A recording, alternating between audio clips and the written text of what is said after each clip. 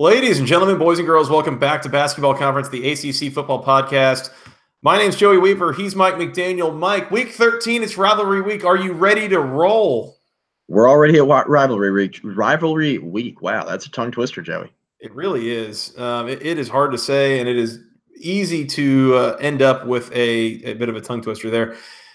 Yeah, we got a big weekend in the ACC here. This is going to release, Mike, on Thursday morning, Thanksgiving morning. So happy Thanksgiving to you and to anybody listening. It's sad to see the regular season coming to an end here, but we have one really good weekend here set to help conclude the whole thing. And Mike, I would argue this might be the best weekend of the year in terms of ACC football and matchups and some fun games we've got in front of us.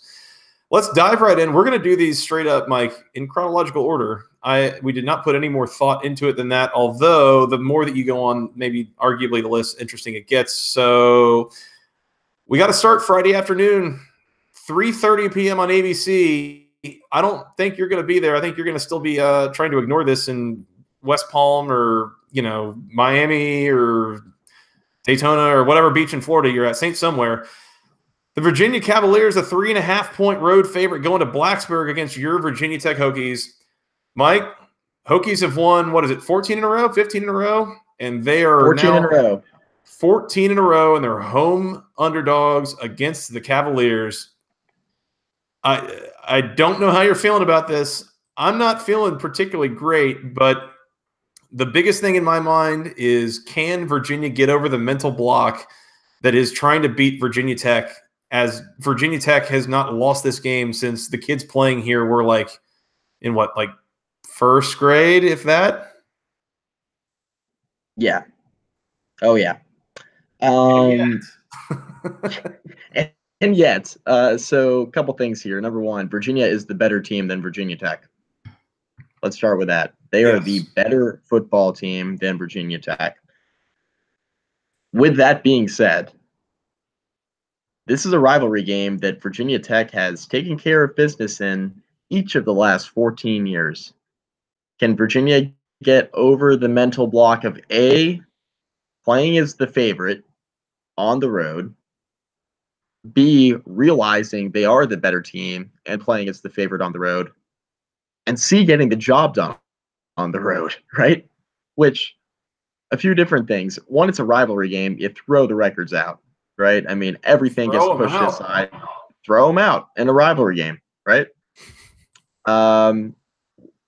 Virginia Tech's really, really bad. They're really bad. But can they find a way to get it done against UVA? I think UVA is the better team here. I can't believe I'm saying this as a Virginia Tech alum and fan and the whole nine. Joey, I think the streak ends on Friday. Whoa. I think it's done. And look, Virginia Tech's had their fair share of victories here in this rivalry over the last 5 years that have been a lot closer than I think they wanted them to be. This game will be close, if anything, because Virginia Tech is not very good, and UVA is a lot better than a lot of people are giving them credit for, particularly on defense, which is bad news for Virginia Tech offense. It's really struggling to move the football. And also, Virginia only has a handful of guys, and we talk about this every week. Only a handful of guys touch the ball on offense. But Virginia Tech's kryptonite under Bud Foster historically have been running quarterbacks, Joey. Running quarterbacks give Virginia Tech a really, really, really hard time. And I see that being more the case this year than it has been in the past, because Virginia Tech can't stop anything on the defensive side of the football. Virginia's playing the long con here, Mike. Yes. Recruiting the JUCO mobile quarterback. Yeah. They wanted to find a way to sneak that in there and really finish the job, right? Oof. Give me Virginia, Joey. I don't know if they cover. I think they win by a touchdown. Oh my God! No. Virginia by a touchdown on the road in Blacksburg. I think they end the streak at 14. I think they knock the Hokies out of a bowl game for the first time in over 2 decades. I think this is the year. I think they get it done. Mike, if last year this was the Mike and Joey Hate Miami podcast, I think this year it's the Mike and Joey Trade Depression podcast. Okay, so Virginia Tech has lost 4 in a row. They are 3-7 against the spread this year. And by the way, in that 4-game losing streak, I've picked them to cover 3 of the 4 games. They've covered in none of them. Virginia, on the other hand, 7-3 against the spread this year. They're pretty good. I'm so tempted to take the Hokies, Mike, and just keep making the same mistake every single week, thinking that like it can't happen. It just is not real. And I mean, as questionable as Virginia Tech was last year, they won this game 10-0. Right? Like that's worth something, isn't it? That as questionable as we thought they were, and as much as Virginia was playing on a heater at the end of the year, that they got shut out at home by the Hokies. Problem is, this isn't the same Hokies defense. Not even close. Georgia Tech had a bit of a time trying to defend them last week. Virginia Tech's defense in a much worse spot. Oh, I can't believe I'm saying this either, but Mike, I think I'm with you. Give me Virginia in the 3, and I'll lay the 3.5.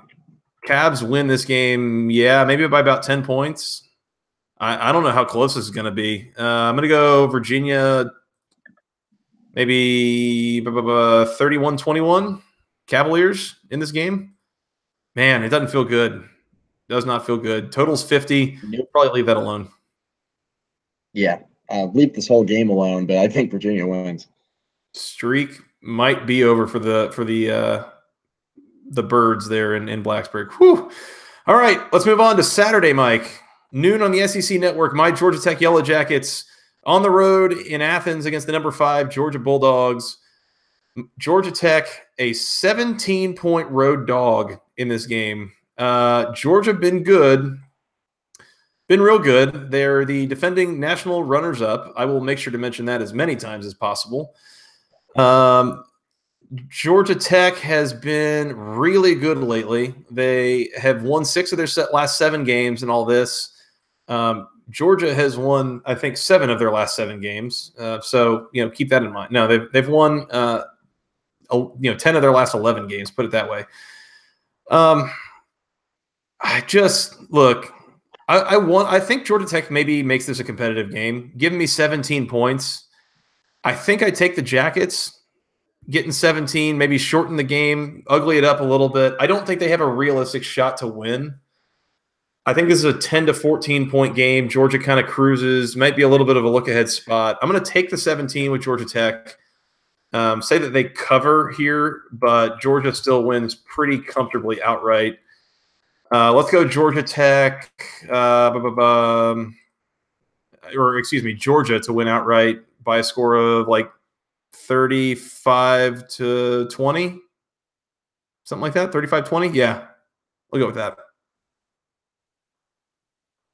I think Georgia Tech can ugly this up a little bit. I think they can shorten the game. With that being said, I think Georgia wins and covers here. Not to say Georgia Tech's going to get blown out, but I think we could have a backdoor cover situation. I'm with you. Don't see the path for Georgia Tech primarily on offense. I think Georgia will be able to shut down the Georgia Tech offense, to put the Jackets behind the sticks, force DeQuan Marshall to throw into a very good secondary. I don't like their chances there at all. On the flip side of the coin, I think Georgia Tech's defense can hold up okay, particularly because while Georgia's running game has been really, really good this year, Jake Fromm, if there's one way to beat Georgia, it's not necessarily a good way because Jake Fromm has been good. But I think the path to beat Georgia is to shut down the run and make Jake Fromm throw. He's capable of throwing on this Georgia Tech defense, but I think Georgia Tech will have a better chance to win the football game if they put Georgia in obvious passing situations and make some plays on defense, create some turnovers, that sort of thing. I just don't think Georgia Tech can make enough plays in this game to keep it competitive enough to give themselves a chance to win. Don't see the path. Give me Georgia. They win. They cover I think they win by 20 to 24 points. Not to say it'll be a blowout, but I think Georgia gets a late score late to cover spread. This was a blowout last year, but I think a lot of that had to do with Georgia Tech quitting, especially on defense, right as Ted Roof was on his way out. So it was 38-7 last year. I don't expect that kind of game. I do expect a multi-score win by Georgia, though. One thing I will bring up, Mike, you mentioned that Georgia Tech's defense, the biggest thing that they got to do is figure out how to stop the run. I mean, they've been pretty reasonably effective at stopping the run this year. I mean, they're top half of the ACC in a yards per carry kind of situation against the run. Typically where they've been burned is in the past, especially where a pass rush doesn't get home and the secondary is playing kind of off receivers and that kind of thing. So Jake Fromm's going to have some easy throws to make. I assume he makes them. I assume Georgia's able to move the ball relatively effectively. So, yeah, let's go Georgia Tech plus the 17, but not by a whole lot. Not by a whole lot. We mostly agree. Mostly, yeah. Noon on ABC, the Florida State Seminoles, a 6-point home dog against the number 11 Florida Gators, Mike. Florida State trying to extend their bowl streak and desperate to do so. They got a big win last week over Boston College. Now they got the Gators coming to town. They couldn't quite get it done as a 1-point loss to Miami earlier this year. Can they get one against the Gators and at least split games against the Sunshine State here?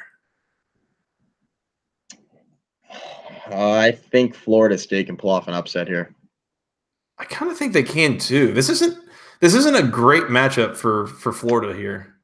It's not. The reason why I think this is because I watched Florida play South Carolina a couple weeks ago, trail by a few touchdowns, come fighting back behind Felipe Franks.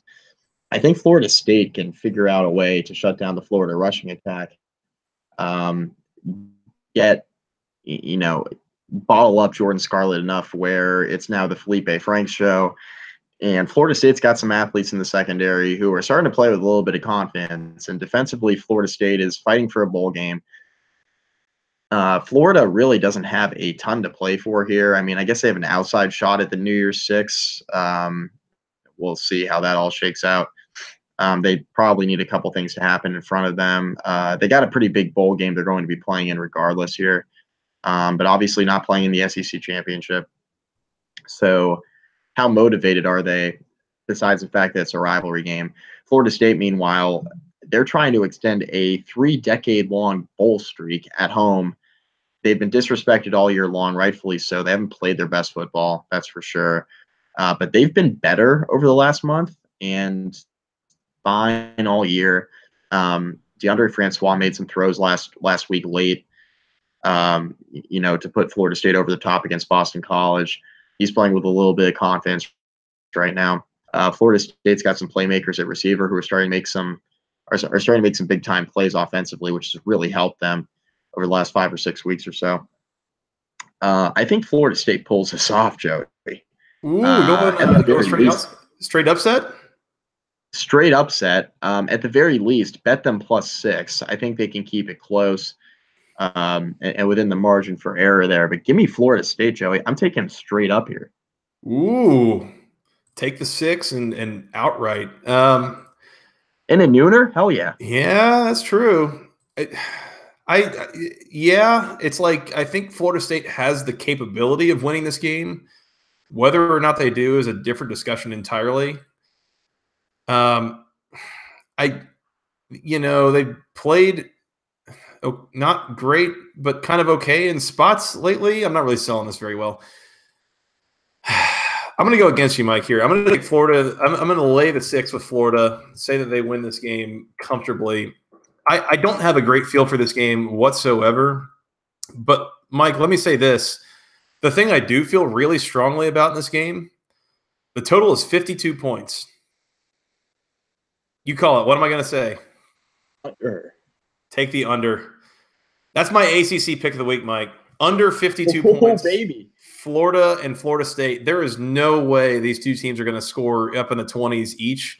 I think this is a low-scoring slog of a game. Florida's going to make a mess of Florida State's offense. Florida State's defense is going to give Florida's offense some problems. I don't think this is a high-scoring game at all.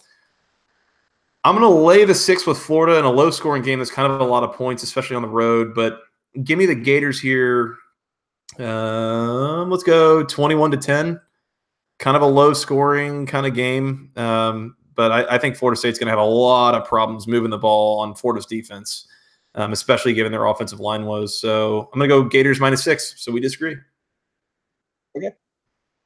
Noon on ESPN, the number 20 Syracuse Orange in Chestnut Hill taking on the Boston College Eagles. Mike, Syracuse is ranked. Boston College a 7-point home favorite, which tells me that on a neutral field, Boston College still 4 points better than Syracuse, even though Syracuse is ranked. We have talked a lot about how Syracuse may be a bit of a phony ranked team. You know, they're now 8-3 on the year, but who are your wins against, the whole thing? This is a bad matchup for the Orange. I think I like Boston College at least to win outright. I might lay the 7 as well. I just feel like this is a bad matchup for Syracuse. Boston College is going to run the ball really effectively, and their defense should be able to hold up fairly well on the Syracuse offense here. The time control factor for Boston College in this game, I think, is really important. I think BC is able to keep the ball out of, if it is Eric Dungy playing, we'll find out. Dino Baber said he hasn't practiced all week, but we'll see if he's able to get in there in this game. If it's Eric Dungy, if it's Tommy DeVito, regardless, it's going to be important for Boston College to keep the ball out of Syracuse's offense's hands. But even so, Boston College is a pretty good defense that Clemson struggled to score against a couple of weeks ago for a while. Florida State struggled to score against them really in its game in its entirety last Saturday. So Boston College, really good defense. I think the front 7 gives Syracuse some issues here. I do think Syracuse can throw into the secondary. So DeVito/Dungy should be able to make some throws if they have time to throw. But the Syracuse offensive line hasn't been very good. I think Boston College will get enough of a pass rush there to get home, make life difficult. I don't see Syracuse being able to run the ball that effectively on Boston College, which does matter.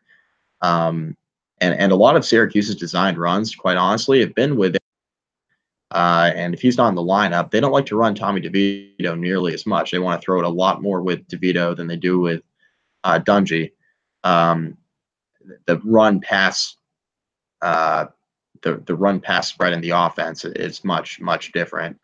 They throw the ball a lot more with DeVito. I think Boston College can get home. So we'll see who the quarterback is for Syracuse. Regardless, I got BC laying the 7 here as well. I like them at home here. I like their ability to run the ball against Syracuse. I think Anthony Brown will be able to throw into the Syracuse secondary. And I just think it's a bad matchup for Syracuse. I'm with you. I'm taking Boston College. I think they're the better team.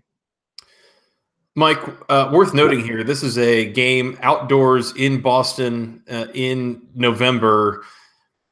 They're going to go into halftime, and it's going to top out all day. It's going to top out at about 44 degrees. You think Syracuse wants much of playing in that? And I realize that they're from upstate New York themselves, but they play in a dome and all this. Hey, that might not be great for a team that likes to sling the ball around a little bit and versus a team that likes to run the ball and be physical. Yeah, give me the dudes. Lay the 7, and they win outright against a ranked Syracuse team. I think it's an 8-4 year for the Orange. I like it. Let's move on, Mike. Way into the future, all the way at 12:20 p.m. on the ACC Network Extra. Yes, we're still doing that this week. NC State, 7-point favorite on the road, taking on the North Carolina Tar Heels. Is a big rivalry game as every year. UNC coming off a big win over Western Carolina.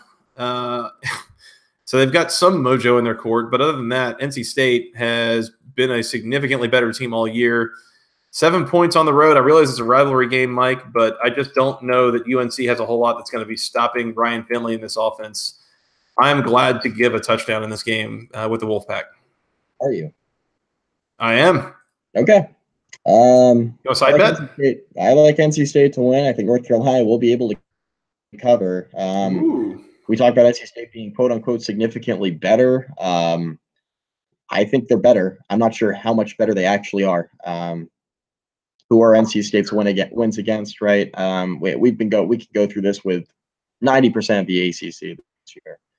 But NC State really scared me when they played Wake Forest and did not play well about a week and a half ago on a Thursday night. I get that NC State's coming off of a blowout win against Louisville. Quite honestly, I think North Carolina's a better team than Louisville. I know the records are about the same, but I think North Carolina's got more fight in them. I think they're better. I don't think this is a 52-10 game like we just saw last week with Louisville. losing to NC State. I do think NC State's better. It's a rivalry game. I think North Carolina's got some fight left in them. I think they'll find a way to scrape together some points and keep this thing competitive. Even if it's a backdoor cover situation, I do like NC State to win. They are the better team, but I'm not sure how much better they are than North Carolina. I get the records are a lot different. I get NC State is in a prime position to make a pretty good bowl game. North Carolina's lost a lot of close games this year. It's a rivalry game, and I think they're good enough to hang with NC State, especially if NC State plays the type of game we just saw them play against Wake Forest not too long ago. Mike, you say they've kept all these losses close, but losses that they've had inside of 7 points, only 2 of them. Yeah. They lost to Virginia Tech by 3 and Syracuse by 3. Other than that, lost by 7 to Cal, to like 22 to East Carolina, 37 to Miami, 10 to Virginia, 10 to Georgia Tech, 7 to Duke. I don't know why. I mean, the rivalry game factor has to be considered, I think, but it feels like North Carolina is going to maybe pack it in a little bit here. It's been a bad year. We're questioning the future of Larry Fedora and the whole thing. NC State, you could make maybe kind of a perverted argument that they're still in the running for like a New Year's Six kind of bowl.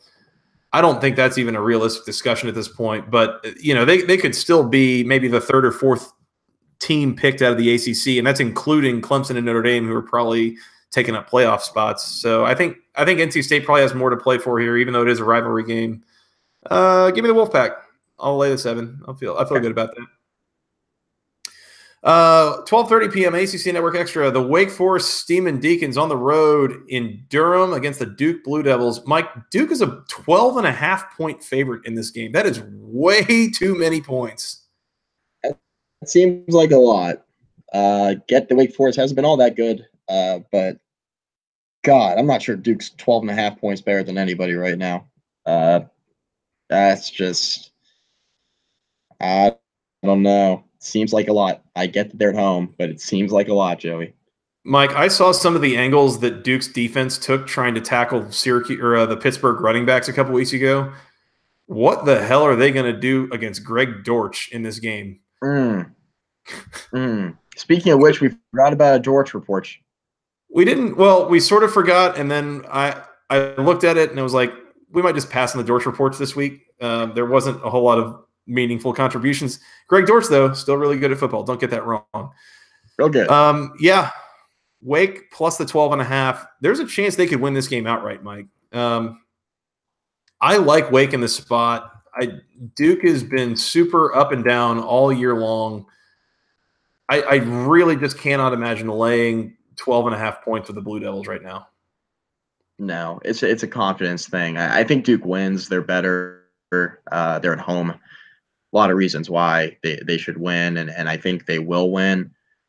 It's been a roller coaster ride with Duke all year. I think they're better. They got Daniel Jones, who's better than Jamie Newman. I guess at this point, he's playing quarterback for Wake Forest, but look, I'm not sure they're 12.5 points better than anybody, and that's really what it comes down to. I'm looking for value in these picks. I'll take Duke to win, but I think Wake Forest covers 12.5. I mean, it's nearly 2 touchdowns for a game for Wake Forest that, they'll fight for Dave Clawson. They'll be ready to play. I just don't see them losing this game by 2 scores. I think it's 7-10 points here. Duke's 2-5 against the spread in conference play, by the way. So keep that in mind. So, yeah. I like my chances there. Then. I agree. So we're both taking Wake Forest plus the 12.5. Don't know that they necessarily win the game outright. I think Duke could win a squeaker here, maybe 3 to 6 points, something like that. But definitely will take double digits with Wake Forest here. 3:30 p.m. on ESPN, Mike. The number 24 Pittsburgh Panthers on the road taking on Miami, our Hurricanes. And once again, a ranked ACC team is on the road against an unranked team, and they're getting a bunch of points. Miami, a 5.5-point favorite in this game. And weirdly, I don't mind the Hurricanes. I don't mind laying less than a touchdown in a game that is a get-back game, and B, I'm a little concerned at how Pitt's going to move the ball on Miami's defense, who still seems to be trying like some, which might be enough. Maybe. I think I like Pitt here, though. What's that? Say that again. I think I like Pitt here. Really? Okay. Yeah, I like Pitt Pitt. getting 5.5. Yeah, Pitt's rolling right now. We just had Kenny Pickett pull a Nate Peterman, kind of come out of nowhere and throw for 300 yards. That's the thing. Won't happen again this week, but it was fun while it lasted. Running game, really good for Pittsburgh. You got a two-headed monster with Allison and Darren Hall that I think is worth something. Miami's coming off of a blowout win in Blacksburg against a team that's not any good, which is cool for confidence, I guess. And shout out to Miami for making the bowl game. I like Pitt here. I think Pitt's the better team. Well, for better or worse, they're playing better right now. With that being said, like, does Pittsburgh look ahead to the ACC championship? Like, could that actually be a thing? I don't know. Like, look ahead to get stomped. But hey, this game low key is really important for Pittsburgh. I think they're inevitably going to get blown out in the ACC championship game on December 1st. But if they win this football game against Miami, they might be in line for a better bowl game once they do get blown out by Clemson. So keep an eye on that. It's still an important game for Pitt. For Miami, they're just getting ready to play in like the Sun Bowl or something. So I don't know. But it is a get back game. They did lose to them a year ago to ruin the perfect season and all that good stuff. But give me Pitt. They're playing better right now. I get it's on the road. Miami doesn't have a home field advantage, so it doesn't really matter. So give me the Panthers. I will say, if you're Pitt, I would really encourage you not to be looking into your crystal ball right now, because you do not want to see what next week has in store for you. I do, though. Yeah, we may, but most of us don't, or most of you don't, at least. One of the interesting things, Mike, I think that is worth considering here is that Miami, in their last 5 games, 4 of them have been on the road. And against Virginia, Boston College, Duke, Georgia Tech, Virginia Tech. Again, Duke the only home game in there. This might be a bit therapeutic for Miami, getting back to their hometown. Pitt making a long trip, Thanksgiving week, the whole thing. Again, a get-back game. I don't think this is the best matchup for Pitt. I question how much I can trust their defense to hold off a occasionally explosive Miami offense. I'm going to lay the 5.5 with the Canes. I'm going to think that they can win this game by at least 7 to 10 points at home. We'll see. We're disagreeing a lot here. We are. This is unusual. This is like the one week of the year I thought we were going to agree, and most of the weeks we tend to agree a lot more than this. But that's okay. It's okay. We will see. We got a little bit of a score to settle here with our picks of the year. Barely over 500 for me and a little better over 500 for you, but we could flip this week. We'll see. Move on, Mike. 7 o'clock ESPN, the number 2 Clemson Tigers, a 26.5-point home favorite against the South Carolina Gamecocks. And as much as that is just a boatload of points in a conference rivalry, or not a conference, but a rivalry game, I'm not getting away of the train. I'm laying 26.5 points with Clemson. Give me the Tigers, something like, 42-13 or something like that? Lamb. Just lamb. Don't think twice. Lamb. Don't really have a lot to say about this, Joey. Maybe Debo runs a kickback or something, and that's how South Carolina covers. I mean, that's the only way they cover, because offensively they're not going to move the ball enough on this Clemson defense. No chance. Clemson's defense is suffocating people right now, and I don't see it going well for South Carolina at all. A team that's really struggled to move the football for the better half of the season. A team that a lot of people thought was going to take another step forward this year under Will Muschamp hasn't really been the case. They've struggled with quarterback play. Running the football has been something. Defense has not been as good as advertised. So South Carolina is like a decent team right now, but they're not nearly as good as a lot of people expect them to be. And Clemson is rolling. Their defense is playing their best football of the year, and offensively they just continue to get better. Give me Clemson huge in this game. Cover 26.5. Don't even think twice. Yeah, it's one of those things, Mike, that it's just, if this was at South Carolina, maybe I would start to feel a little bit nervous for Clemson, but in this spot, I just don't. South Carolina is not going to be able to go into Death Valley and like give Clemson much of a game here, I don't think. Yeah, I think Clemson rolls here. Biggest maybe concern is that they get caught looking ahead to Pittsburgh. Yeah. But, I mean, I'm going to leave that right there. Just leaving it there. Okay. Last game, Mike, 7 o'clock on ESPN2, The Deuce. Look, the Louisville Cardinals hosting the Kentucky Wildcats. The Cardinals catching 17 points at home against Kentucky. That's the kind of year it's been, Mike. And you know what? Don't think twice about laying the 17. Just give those points with Kentucky. You might just want to bet it outright because Louisville probably couldn't cover a spread to save their lives at this point. Just lay the points and don't think twice about it. Yeah. Yeah. Speaking of not thinking twice, Joey, I saved the best for last. Oh, this no. This is my pick of the week. Whoo, that's smart. Yes, smart, because Louisville can't stop anybody, and they have completely and totally quit. Don't care that it's a rivalry game. Kentucky's got a running back named Benny Snell. And look, if you don't know anything else about Kentucky, just know that he's really good, and that's all you really need to know. And Louisville, not going to be able to stop him. Benny Snell, pick your number as far as yards and rushing touchdowns in this game. Pick a number. I'm going to go 253. Yeah. Okay. Yeah, two things to know about Louisville here. Number one, their defense is giving a total half-assed effort here and does not want any part of Kentucky's really physical rushing attack. Number two, Louisville's offensive line, bad. Kentucky's defensive front, really, really good. It is a terrible matchup for Louisville, even if they hadn't quit. And just don't even think twice about it. Just give those 17 points and just feel good about it. And if something happens and somehow Louisville finds a way to cover, just know it's been that kind of year. It's been a weird year because that's what it would have to take. Yeah, no chance they win here. Absolutely not. It's like zero chance. Basically, yeah. When you start a game, you have zero mathematical chance to win. It's like an FCS matchup, except it's 2 Power 5 teams. So congratulations, Louisville. You're basically Rutgers now.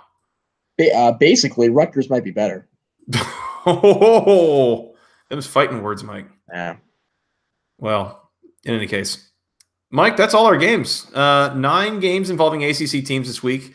We've got the ACC SEC Challenge going on with Georgia Tech and Georgia and Florida State and Florida and Clemson and South Carolina and Louisville and Kentucky. Other than that, we got a bunch of conference rivalry kind of type games, including such classic rivalries as Pittsburgh and Miami. But in any case, it should be a fun weekend of ACC football, a good conclusion to the year, good distraction from family if that's what you need, and a good talking piece with family if that's what you need, or, just whatever. So we kind of disagree on a lot of these. But again, picks of the week, I've got Florida State, Florida under 52 points. You've got Kentucky minus the 17 against Louisville. I feel pretty good about both of those. You might want to parlay those if, just consider it. I don't know. Yeah, so this should be fun. Mike, anything else before we take off here? For the record, I think we agreed on actually most of the games straight up. I think it was just spread picks mostly. Let's see. I mean, I took Florida State straight up. That was something we disagreed on. Mm-hmm. I took Pitt straight up, and that was about it. I think we agreed on pretty much everything else. It was just spread picks, which is fine. It's betting stuff. It's cool. Yeah, and it's one of those weeks where, again, several of these games have some pretty large spreads. So you taking Georgia to win straight up, me taking Georgia to win straight up, but keeping it within 17 points is, that's one discussion that we could have. But that's the kind of thing that's got to be used to make these games interesting sometimes. So that's kind of where it's coming from. But yeah, we pretty much agree on the winners here. We both agree that I think Virginia covers 3.5. We believe Georgia wins. We believe Boston College covers 7. NC State at least pulls one out, at least close. I'm laying the 7 with them. Taking Wake Forest in the 12.5, but Duke probably in a close one. Clemson minus 26.5, Kentucky minus 17, and then, a bit of a toss-up on Pitt at Miami. But in any case, again, it's a good lineup. A lot of these games on national television, so would really recommend everybody get a big heap and gulp of these games while you still can before we move into the postseason and the dreaded offseason. But Mike, any big Thanksgiving plans? I know you're still playing a road game, right? We're talking about you're in Florida at the beach. Are there any big activities planned for Thanksgiving Day, or just drinking on the beach and eating and all that good stuff? Yeah, drinking, eating, and football, the American dream. Down here with a lot of family. So that's right. That's my thing, man. I know you got a brisket potentially that you're going to be. Hell yeah, I do. 11.5 pounds of brisket goodness. Going to start that Wednesday late in the evening, if not early in the morning on Thursday, and have that ready for mid-afternoon on Thursday, and then kind of settle in and watch some football Thursday afternoon. So I'm looking forward to that. And then Black Friday, wife and in-laws and such might go shopping for, Christmas gifts. Father-in-law and I probably going shopping for beer. So that'll be a good Black Friday. Time well spent. Yes, I would say so. Absolutely. Going shopping for beer never hurt anybody. Not at all. So yeah, if you get the chance to do that, I'd highly recommend it. It's a very, very fruitful experience in my experience. So really recommend it. One more thing, Joey, real quick. Yes, sir. It's gonna be a really quick ACC championship review. Yes, it is. Luckily, we will get to preview. What is there? There's an NC State game in there, and assuming Virginia Tech beats Virginia, God help us, there will be another game. But yeah, ACC championship preview should be fairly quick, and that's probably best for all involved, frankly. Even Pittsburgh. Yeah. Like I said, Pitt, if you've got that crystal ball, just leave it on the shelf for now. Cover your eyes. Cover your eyes. Leave it on the shelf. You don't want it. You don't want it. Mike, we got to get out of here. We got to watch these games. We got to celebrate Thanksgiving and watch the end of the ACC season here. So while we do that, they can find us on Twitter. I'm at FTRSJoey. He is at Mike McDaniel CFB, and together we're at BC Podcast ACC. You guys can send us an email with your questions, your comments, your concerns to the longest email address known to man, basketballconferencepodcast@gmail.com. Nailed it. Hoorah. You can find us on iTunes, Google Play, SoundCloud, the Overcast app, wherever fine podcasts are sold for free. And Mike, tell them where they can find us on the social medias. Facebook.com/basketballconference rate review. Find all of our. Please do. You can also find us on YouTube if you want to watch videos of these recordings. Hey, some people do that. You can kind of see us taking sips off the beers every so often, which, that's just a thing that we do.